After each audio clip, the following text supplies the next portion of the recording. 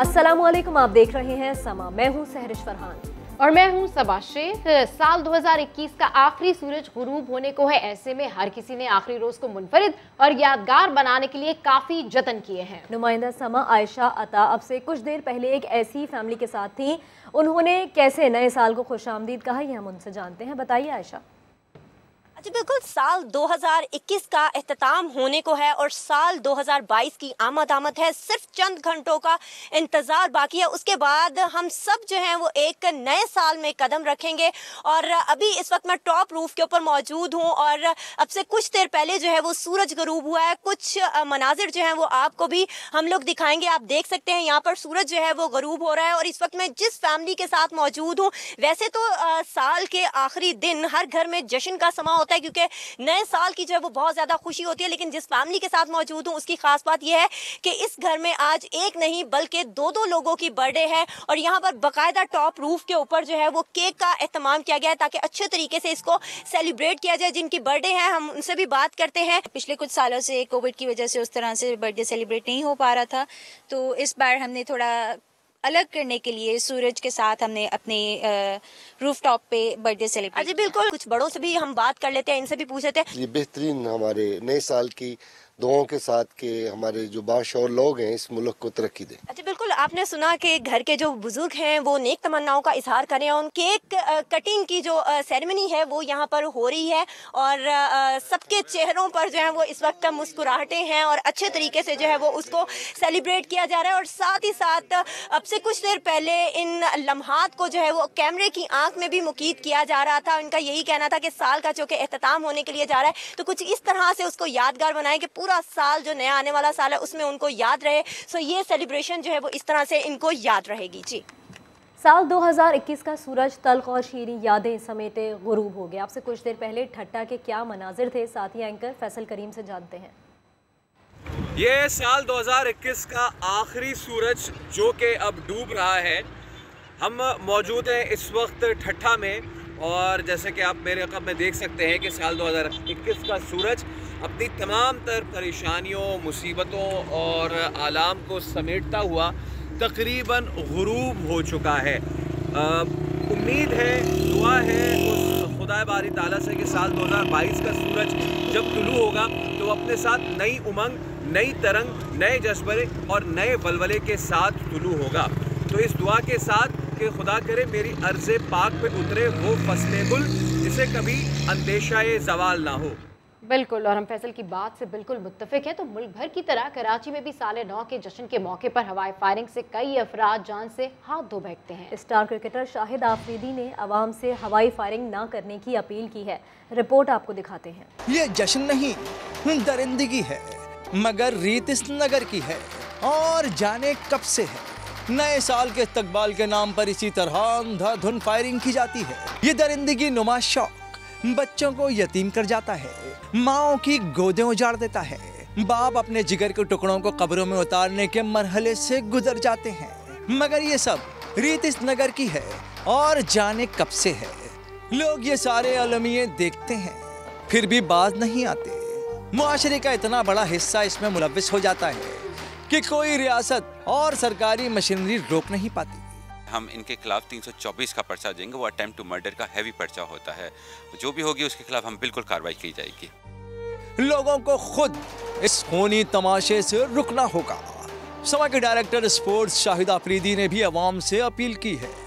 आप सबसे एक रिक्वेस्ट करता हूं कि प्लीज़ नए साल पे जो भी फायरिंग वगैरह करते हैं जिससे उनको अंदाज़ा नहीं है कि बहुत सारे लोगों की जानें ज़ाया होती हैं, तो मेरी रिक्वेस्ट है कि नए साल को इस तरह ना बनाएं। नए साल को प्यार मोहब्बत के साथ और एक दूसरे का ख्याल रख के बनाएं।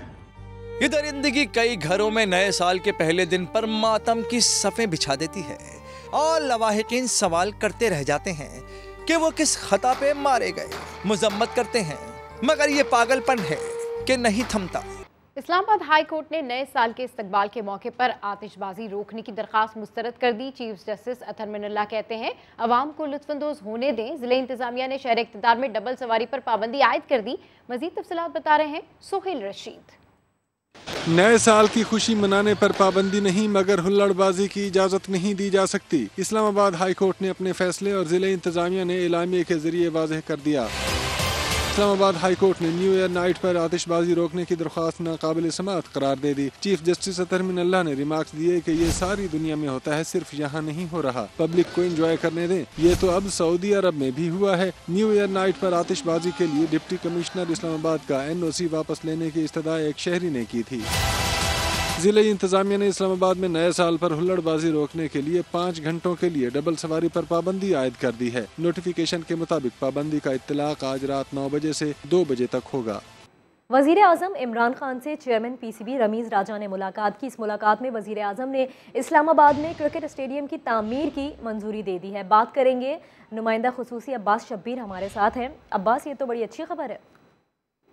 जी बिल्कुल, वज़ीर आज़म के दौरा लाहौर में चेयरमैन PCB से एक अहम मुलाकात हुई है। उस मुलाकात में PSL सीजन और क्रिकेट के मजबूरी ढांचे पर तबादला हुआ है। वज़ीर आज़म को PSL की इफ्तिताई तकरीब में दावत भी दी गई है कि वो शिरकत करें। इसके साथ साथ वज़ीर आज़म ने इस्लामाबाद में क्रिकेट स्टेडियम की तामीर की असूली मंजूरी दी और चेयरमैन PCB को हिदायत की है कि इस तामीर को जल्द अज जल्द मुकम्मल किया जाए। साथ साथ चेयरमैन PCB ने वज़ीर आज़म को स्टेडियम की तामीर 2025 तक मुकम्मल करने की यकीन दहानी करवाई है। क्रिकेट बोर्ड की मौजूदा कारकर्दगी पर भी वज़ीर आज़म को ब्रीफ किया गया है, जबकि टीम की मौजूदा परफॉर्मेंस और गैर मुल्की टीमों की पाकिस्तान दौरों पर भी रमीज़ राजा ने वज़ीर आज़म को तफसीली तौर पर आगाह किया है। अहम मुलाकात थी जिसमें क्रिकेट के फ़रोग़ के इक़दाम के हवाले से भी रमीज़ राजा ने वज़ीर आज़म को ब्रीफ किया। अब्बास, बहुत शुक्रिया आपका। और अब सियासी मंजरनामे से खबर शामिल करेंगे। वज़ीर इत्तलात फवाद चौधरी ने अपोजिशन लीडर शहबाज शरीफ को 2 ऑप्शंस दे दिए। बोले वो लंदन जाएं या जेल। आसिफ जरदारी और बिलावल लाहौर आना चाहते हैं तो आएं, 10 मरले के घर में उनका जलसा हो जाएगा। PP मुस्बत कार्ड नहीं, सिंध कार्ड खेलना चाहती है।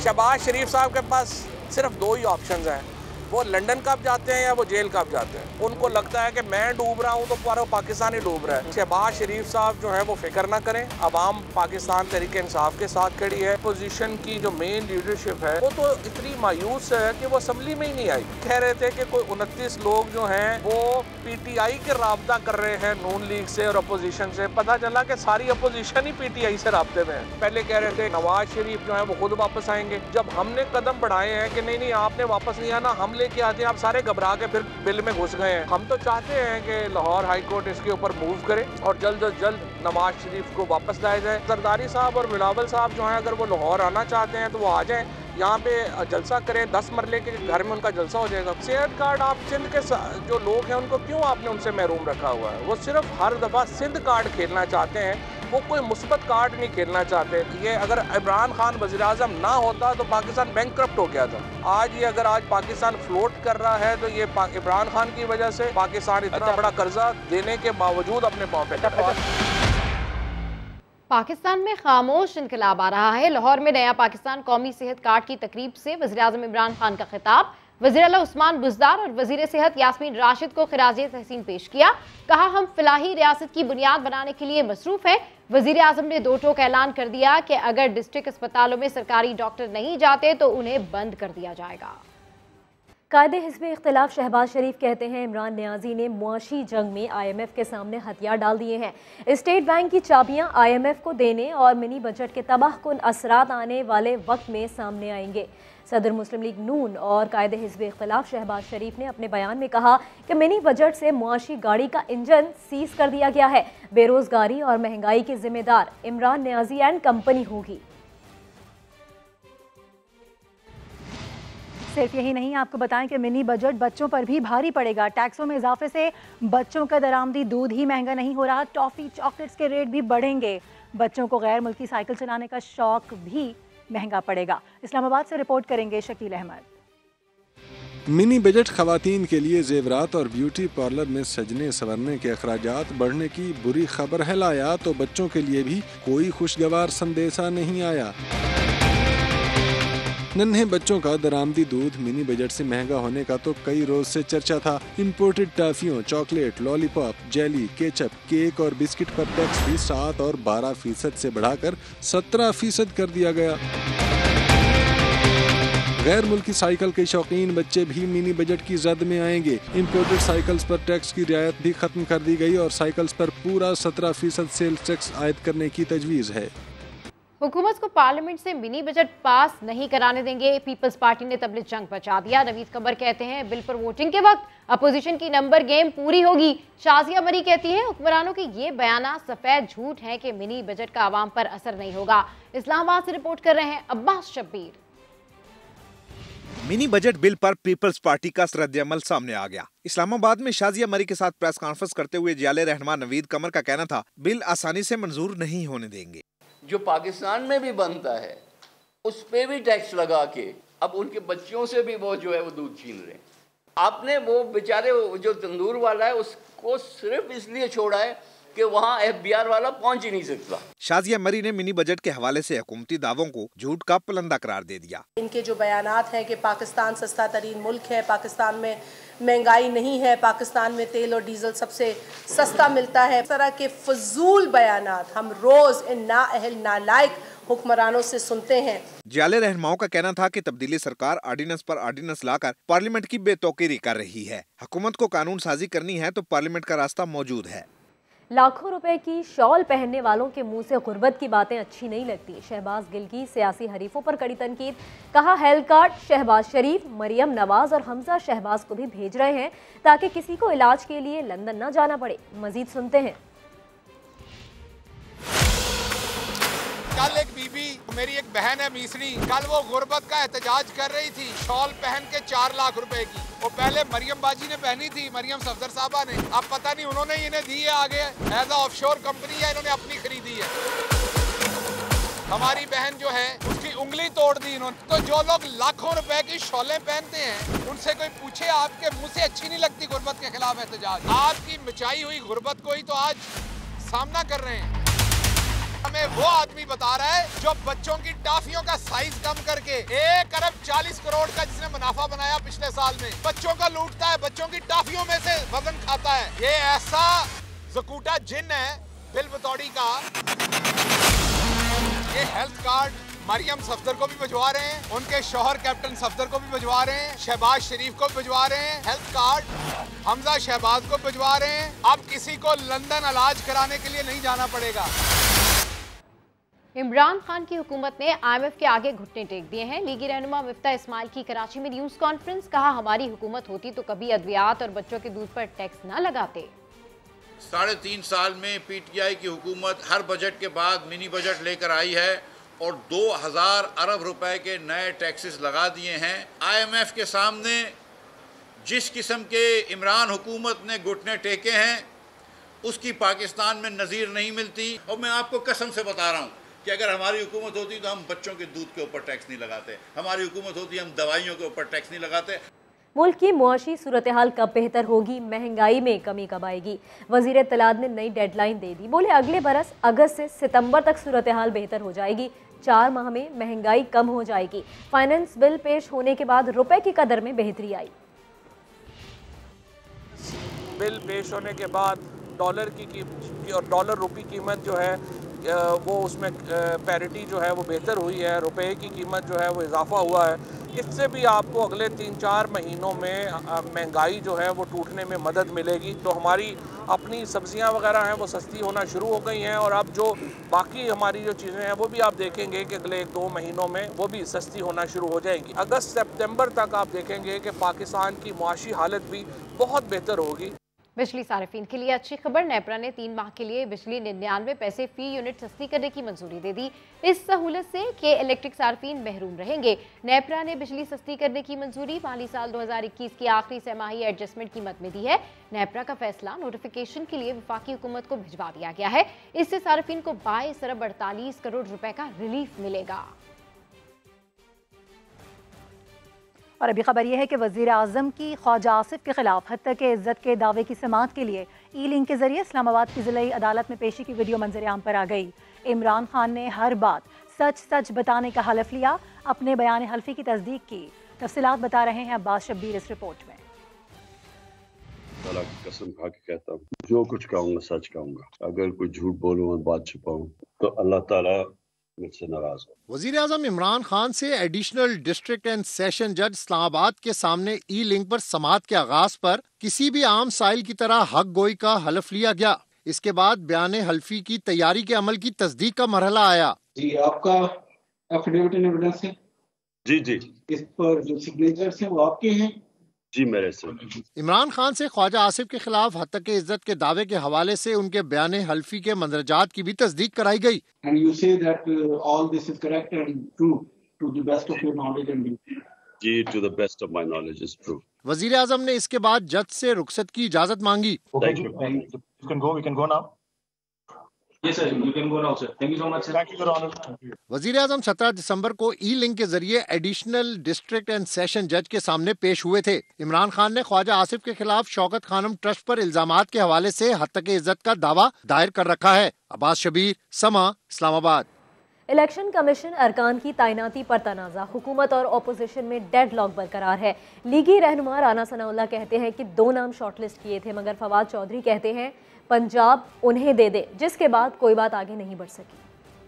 कोई उसमें पेशरफ नहीं हुई। हमने नाम शॉर्टलिस्ट किए थे और उसमें 2 नाम 2 शॉर्टलिस्ट हुए थे पंजाब से और 2 हुए थे KPK से। उसके बाद हमने उनको कहा कि भी पंजाब आप हमें KPK में आपकी अक्सरियत है, आप वहाँ पे बैठे हैं, वहाँ का मेंबर आप मुंतखब कर लें इन 2 में से। जब शॉर्ट लिस्ट हो गया तो फिर अब इतराज़ वाली बात तो कोई ना करेगा। दोनों एक्सेप्टेबल हैं, उनको भी हमें भी और पंजाब से हमें भी। तो उसके ऊपर फवाद चौधरी साहब ने कहा कि नहीं जी पंजाब हमें। तो यहाँ पे बात जो है वो ऑलमोस्ट जो है ना वो रुकी हुई। कराची की शारा फैसल के सर्विस रोड पर नस्ला टार की तामीर में कौन कौन मुलव्विस है? एंटी करप्शन ने सिंध बिल्डिंग कंट्रोल अथॉरिटी के अफसरान से पूछगछ की है। इसकी मज़ीद तफसीलात जानते हैं समा के नुमाइंदे मोहम्मद अली हफीज़ से। जी अली हफीज़, अपडेट कीजिए, बयान रिकॉर्ड कराने वालों में कौन कौन शामिल है? जी बिल्कुल, नस्ला टावर केस है और एंटी करप्शन के रडार पर SBC के 22 अफसरान आ चुके हैं। 22 अफसरान में जो है डायरेक्टर्स भी हैं, डिप्टी डायरेक्टर्स भी हैं और बिल्डिंग इंस्पेक्टर्स भी हैं। सबको जो है आज जुम्मे को जो है एंटी करप्शन के जो ऑफिस है डिप्टी डायरेक्टर ईस्ट का, वहाँ तलब किया गया था। इनके तमाम अफसरान के बयान रिकॉर्ड किए गए हैं। बताया गया है, उनसे मालूमात की गई कि उस वक्त वो किस ओहदे पे थे और किसकी इजाज़त से जो है ये साइन उन्होंने किए हैं सरकारी कागजात पे। जो बयान रिकॉर्ड करवाने वाले अफसरान है उसमें जमील लिमन का नाम सदर फहरिस्त है। इसके अलावा जो है अली मेहदी काजमी है, मुनीर अहमद घुंगरो है और दीगर में जो है सफदर अली मक्सी भी जो है वो शामिल है। कहा जा रहा है कि तहकीकात मुकम्मल होने के बाद बाकायदा मुकदमा दर्ज करके जो है इन अफसरान के खिलाफ कानूनी कार्रवाई की जाएगी। जी ठीक है, अपडेट करने के लिए शुक्रिया। सिंध हुकूमत कई बरसों से गोश्त स्कूलों पर करोड़ों रुपए फूंकती रही है। जो स्कूल सिर्फ कागजों पर थे उन्हें बरस हा बरस तक फंड्स और तनख्वाहें जारी होती रहीं। इनमें से 1,500 गोश्त स्कूलों को बिलाखिर महकमा तालीम की फहरिस्त से निकाल दिया गया है। बात करेंगे, हमारे नुमाइंदे मुदस्सिर नज़ीर हमारे साथ हैं। मुदस्सिर, क्या मामला है, ज़रा रोशनी डालिए। हाँ जी बिल्कुल, कई बरसों से ये सरकारी स्कूल सरकार के रिकॉर्ड में थे और कई बरस से इन कागजी स्कूलों को फंड्स और तनख्वाहें जारी होती रही हैं। बिलाखिर महकमा तालीम ने 1,500 से ज़ायद स्कूलों को फहरिस्त से खारिज कर दिया है और 1,559 स्कूलों को फ्री से निकालने का नोटिफिकेशन भी जारी कर दिया है। साबिक वज़ीर तालीम सईद गनी का कहना है कि गोश्त स्कूलों ने में जो असल जो तादाद है वो 5,000 है और इन स्कूलों को सर्वे के बाद निकाला गया है, सर्वे किया गया, उसके बाद इन स्कूलों का नाम फहरिस्त से निकाला गया है। बहुत शुक्रिया मुदस्सिर। साबिक वज़ीर तालीम सिंध सईद गनी ने कहा है कि सिंध में घोस्ट स्कूल्स की तादाद 5,000 तक हो सकती है। समा से गुफ्तगू में सईद गनी का कहना था कि ये स्कूल सिर्फ कागज़ों पर ही मौजूद थे। घोस्ट मुलाजमीन का एक बड़ा सिलसिला चलता था। अभी 1,500 घोस्ट स्कूलों का एक इंकशाफ हुआ है कई बरस उसके फंड्स जारी होने के बाद। इसके हवाले से क्या इन्फॉर्मेशन है, क्या बताना चाहिए? 1,500 स्कूलों की मुझे नहीं पता क्या बात कर रहे हैं, लेकिन जो एक बात सरदार शाह साहब ने भी कही थी रिसेंटली और मैंने भी कई मरतबा असम्बली में ये बात कही कि हमारे यहाँ हज़ारों स्कूल ऐसे हैं जिनका वजूद नहीं है। एक आबादी में आबादी इतनी है कि वहाँ एक स्कूल होना चाहिए या मैक्सिमम 2 होने चाहिए, लेकिन अगर वहाँ 50-50 स्कूल बना दिए गए हैं माजी में, तो वहाँ जो 40-45 एक्स्ट्रा स्कूल बने हुए हैं वो गैर ज़रूरी हैं। उनको आप गोश्त भी कह सकते हैं, उसमें काम करने लोगों को भी आप गोश्त कर सकते हैं। तो ये तमाम चीज़ें दुरुस्त करने की जो है वो कोशिशें हो रही हैं। सिंध के बल्दियाती तरमीमी कानून के खिलाफ जमात इस्लामी ने सिंध असम्बली के बाहर धरना दे दिया है। अमीर जमात इस्लामी कराची हाफिज नईमुर रहमान कहते हैं अवाम अपना हक लेकर जाएंगे। मजीद तफसीलात जानते हैं समा के नुमाइंदे सैयद खुर्शीद आलम से। जी खुर्शीद आलम, मजीद क्या कहना है इन लोगों का? जी बिल्कुल, सिंध में बल्दियाती निज़ाम के इस बिल के खिलाफ जमात इस्लामी ने अपने उस दस्तक का आगाज कर दिया है। सिंध असम्बली के बाहर धरना दे दिया गया है। बहुत बड़ी तादाद में कारकुन यहाँ पर पहुँच चुके हैं। हाफिज नईमुर रहमान यहाँ पर मौजूद हैं। कैमरामैन आपको दिखा रहे हैं, तारीकी के बावजूद, सर्दी के बावजूद लोग यहाँ मौजूद हैं और पूरी तैयारी करके आए हैं।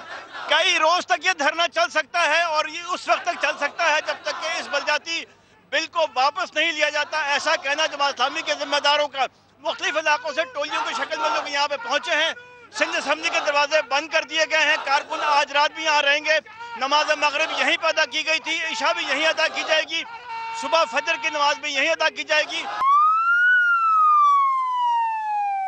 अफसोसनाक खबर है, कराची के इलाके कयूमाबाद में जाती रंजिश पर नौजवान डॉक्टर को कत्ल कर दिया गया। रिपोर्ट करेंगे अहमद रहमान खान। 30 साला डॉक्टर जुहेब तैयब की 2 साल कबल ही शादी हुई थी। जुहेब 5 माह के बेटे को बड़े होकर अपनी तरह डॉक्टर बनाना चाहता था।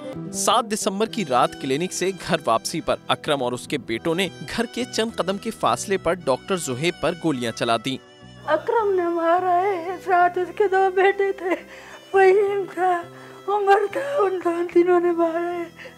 अकरम ने गोलियां चलाई, नीचे गिर पड़ा, इसको पर किसी को उठाने भी नहीं दिया, कहते नहीं उठाओ, इसको तड़पने दो।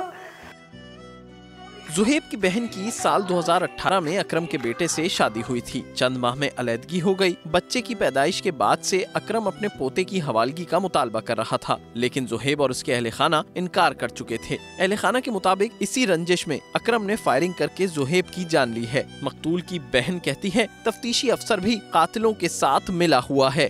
हमारे घर का बच्चा उसके इंतजार में बैठे होते थे कि वो आएगा और हम खाना खाएंगे और उसके साथ बातें करते थे। तफ्तीश से मुतमईन है पुलिस की? नहीं, बिल्कुल भी मुतमईन नहीं है। ये हाशमी नाम को जो है ये मुकम्मल इसके साथ मिला है। हम चाहते हैं हमें कोई ऐसा ऑफिसर मिले जो हमारे साथ हमें इंसाफ दिलाए इनसे। वाक़े का मुकदमा डिफेंस थाने में दर्ज किया गया है। मकतूल जुहेब के अहले खाना का कहना है कि पुलिस ने अकरम और उसके दोनों बेटों को गिरफ्तार तो कर लिया है, लेकिन तफ्तीश में उन्हें बेकसूर साबित किया जा रहा है। हैरत अंगेज बात यह है कि मकतूल के अहले खाना ने इल्ज़ाम आयद किया है कि पुलिस ने ताहाल इनका बयान तक रिकॉर्ड नहीं किया है। हाँ, ये ज़रूर है कि एक सादे कागज़ पर उनसे दस्तखत कराए गए हैं। कैमरामैन मोहसिन अली के साथ अहमद रहमान खान, समा, कराची। दीगर खबरें भी शामिल करेंगे। पार्कव्यू सिटी इस्लामाबाद में नए साल को खुशामदीद कहने के लिए तारीखी तैयारियां कर ली गई। इस हवाले से रिपोर्ट कर रहे हैं शहजाद अली। नए साल का इस्तकबाल भी बिल्कुल नए अंदाज में होगा। न्यू ईयर के मौके पर ग्रैंड सेलिब्रेशन के लिए पार्कव्यू सिटी दुल्हन की तरह सज गया। चौक, चौराहे और दरख्त रंगारंग रोशनियों से जगमगा उठे।